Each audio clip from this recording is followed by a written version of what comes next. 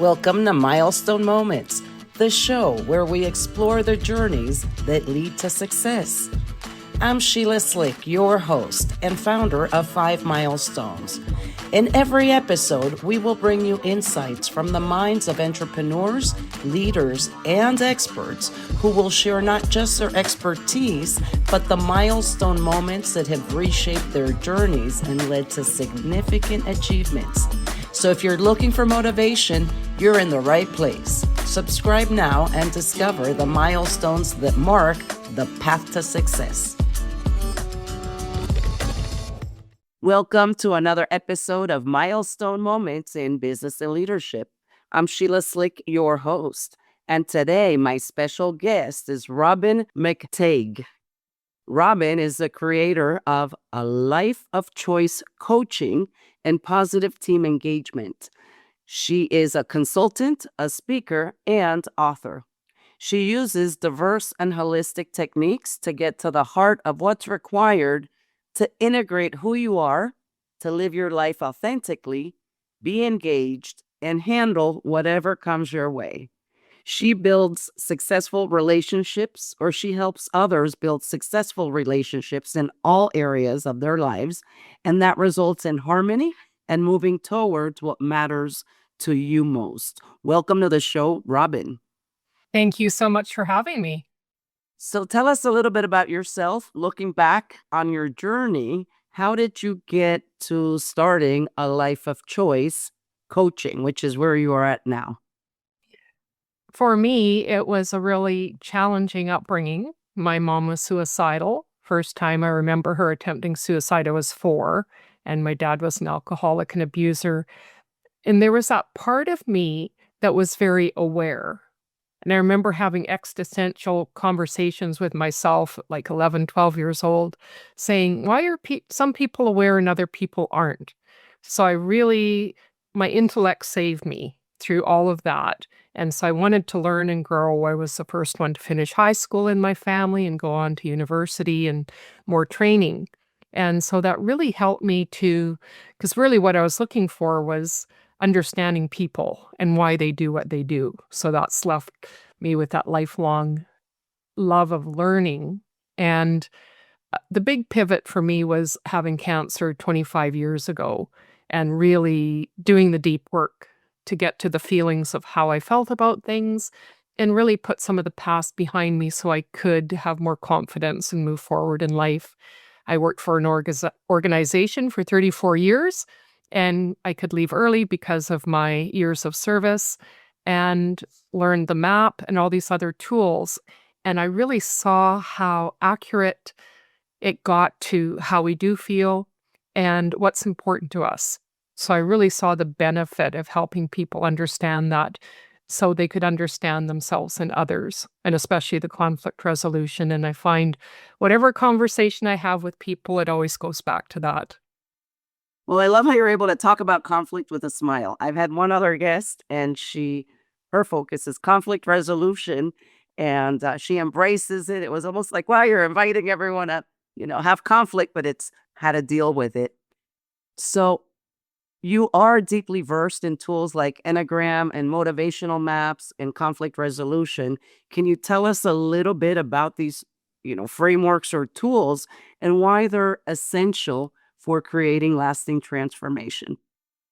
What I find, there's a lot of tools out there and they all have their benefit, but these tools that I'm working with really allows a shift and growth and going deep within ourselves and understanding other people. So they're dynamic. We're constantly changing as humans, so we need tools and ways of dealing with things that are also dynamic. Motivation changes over time, and we forget that. And it's really hard to pinpoint. So what I do is help make the invisible visible. There's no cookie cutter approach. These are just tools to say what is important to me. Most often we don't. And if we're starting out in our business or we're going along and we're listening to the latest people, we're trying to fit ourselves into someone else's model that worked for them. And it doesn't always work for us. So these help us to see what's important to me. How intense are these motivators to me? If I'm so focused on the future, what am I doing now? What's the places where I'm letting go of relationship building and achievement? So we need to balance those out, and this helps us to see, am I giving something up? Am I ignoring people or feeling uncomfortable around certain people because they have different motivators? So often we talk about personality conflicts. Most often it's motivational conflict. So when we can bring in that neutral language and say, this is simply what's important to that person, and this is important to me, then we can have better understanding and go deeper and accept that we all bring different things to the table. So that's the start of what I do. The Enneagram goes deeper into our worldview. How do I see the world? What are my blind spots? And how can I open that up to all 9 ways of looking at the world? Because for me as a 6, I'm great at project management. I love to see where are the holes. Other people, it's like, oh, how did you notice that? Even out in public. I was recently out and I said, did you drop this earring? Did you do this? Can you see this? Like, it's just my way of looking at things. Other people just go by and they don't even think about it. Or other people are more relationship and I need to keep that relationship. So there's ways that we have that once we have that awareness and know what's important, then we can relax and say, this is me. And when I'm in alignment with that, I have more energy, I get things done. And when I don't, I procrastinate, I feel that push pull, or maybe I'm in the wrong role because I don't feel energized by it. And what an amazing tool for an employer or small business owner to see, how do I fit my people into these different roles and how do they interact together? So that's why I really love them. It really gives us deeper understanding of ourselves and others. And the number one mantra for everyone to remember from today, from conflict resolution, all behavior makes sense, at least to that person. So be curious. What's going on for them? Instead of being reactive, and that's normal, with awareness, we can step back, take that breath, and be curious. And it shifts everything. It's wonderful advice. Just step back and take a deep breath. So now I understand how these exams and enneagrams, the motivational maps, they really do help with that self awareness. So if I'm understanding correctly, by practicing that, then you're able to live an authentic life and be more engaged. Yes, and understanding each other, especially, people work really great individually, but how do they work as a team? Are they engaged? So, in hiring, even, maybe, I mean, this is not the only piece, it's kind of the ending piece. I've gone through all my candidates. I see who really is a good fit for this role, their education, their experience, but are they energized by that? Are they going to stay in the job? Say I'm hiring for public relations or reception, something that's forward with the public. If I don't have relationship motivators, I'm not going to stay. I'm going to get irritated. I'm going to say, this just isn't for me. If I don't have builder that wants that above average lifestyle and they're in a commission sales role, they're probably not going to stay. So we need to look at the context of what people are doing and see, okay, this is what's important. And as a team, having people in those roles where they're not competitive, but they're actually working together and saying, you bring this, and look at all of these wonderful things we're bringing to the table. We're more alike than different.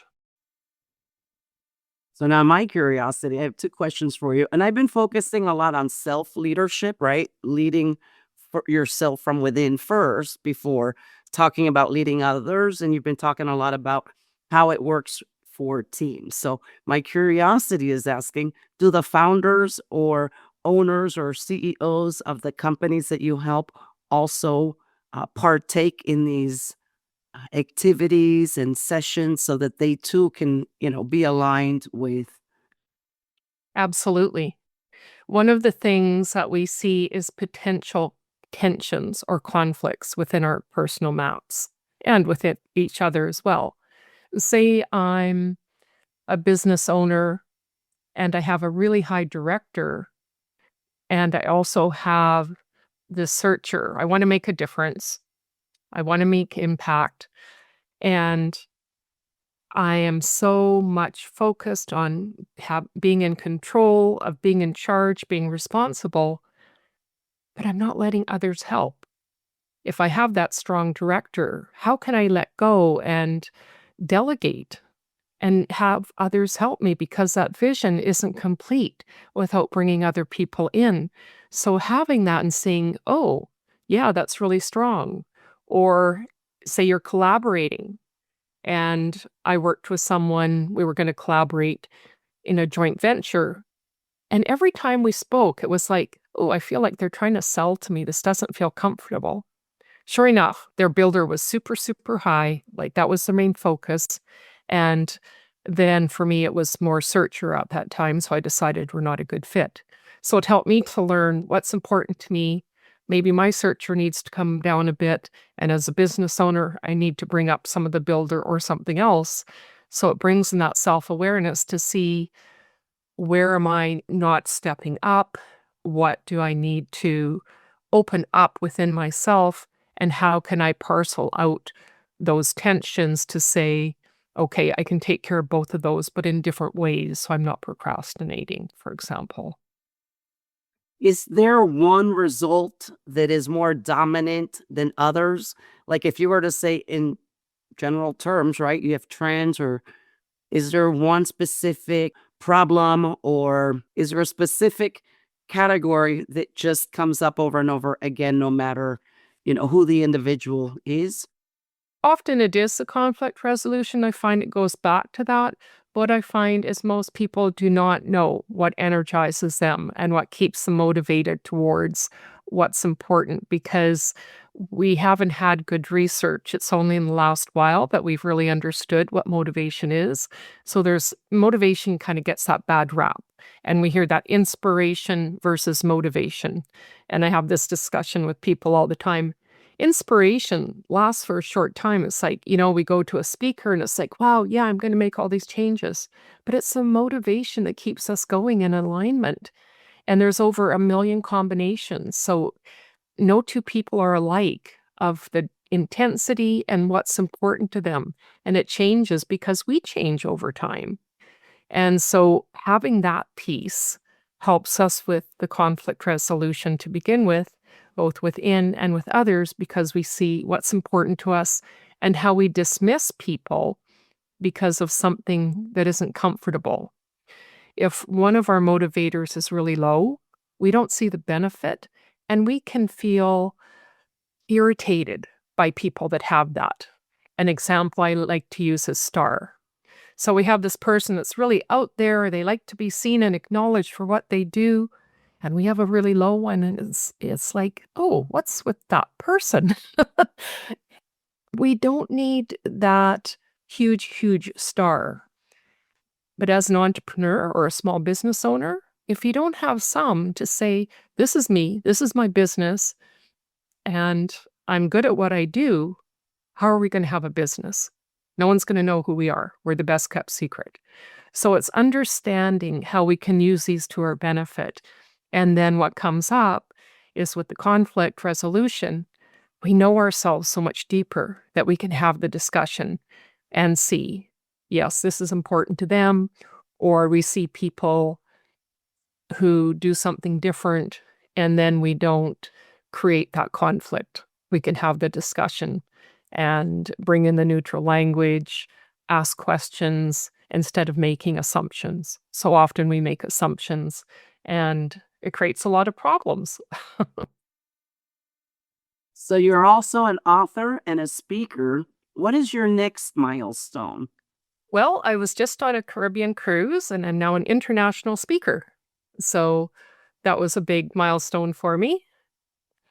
And I really would like to do more in-person speaking and workshops and training to really help people because especially with our economy, people are liking the group things. So I'm concentrating on bringing some of that in so it lessens the cost, but it also makes it so people are connecting because people are feeling so disconnected. We talked about how there was the great where people left jobs and all that after COVID. Now we're talking about the great resignation. And now we have the great disengagement where people are feeling disengaged. They want change. They're kind of in that same boat again. And they don't feel they can. So they feel stuck. They feel disconnected and disengaged. And really, that's my big purpose right now is to get people feeling engaged again with their lives, with their work, and realizing that often we make the change, but it's the same energy dynamic.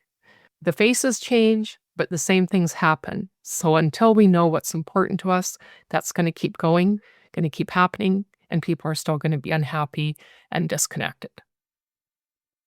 So where can we find your book or get more information about you? I have two websites. It's positiveteamengagement.com is for the teams, and alifeofchoice.ca is more focused on individuals and couples. And that's where the books are listed and some of the other events. I've got some free events coming up. Sounds great. I'll also leave that in the summary in the notes of the episode so that you can click and connect. Well, thank you so much for joining me today, Robyn. Thank you. And thank you all for tuning in to another episode of Milestone Moments in Business and Leadership. Until next time.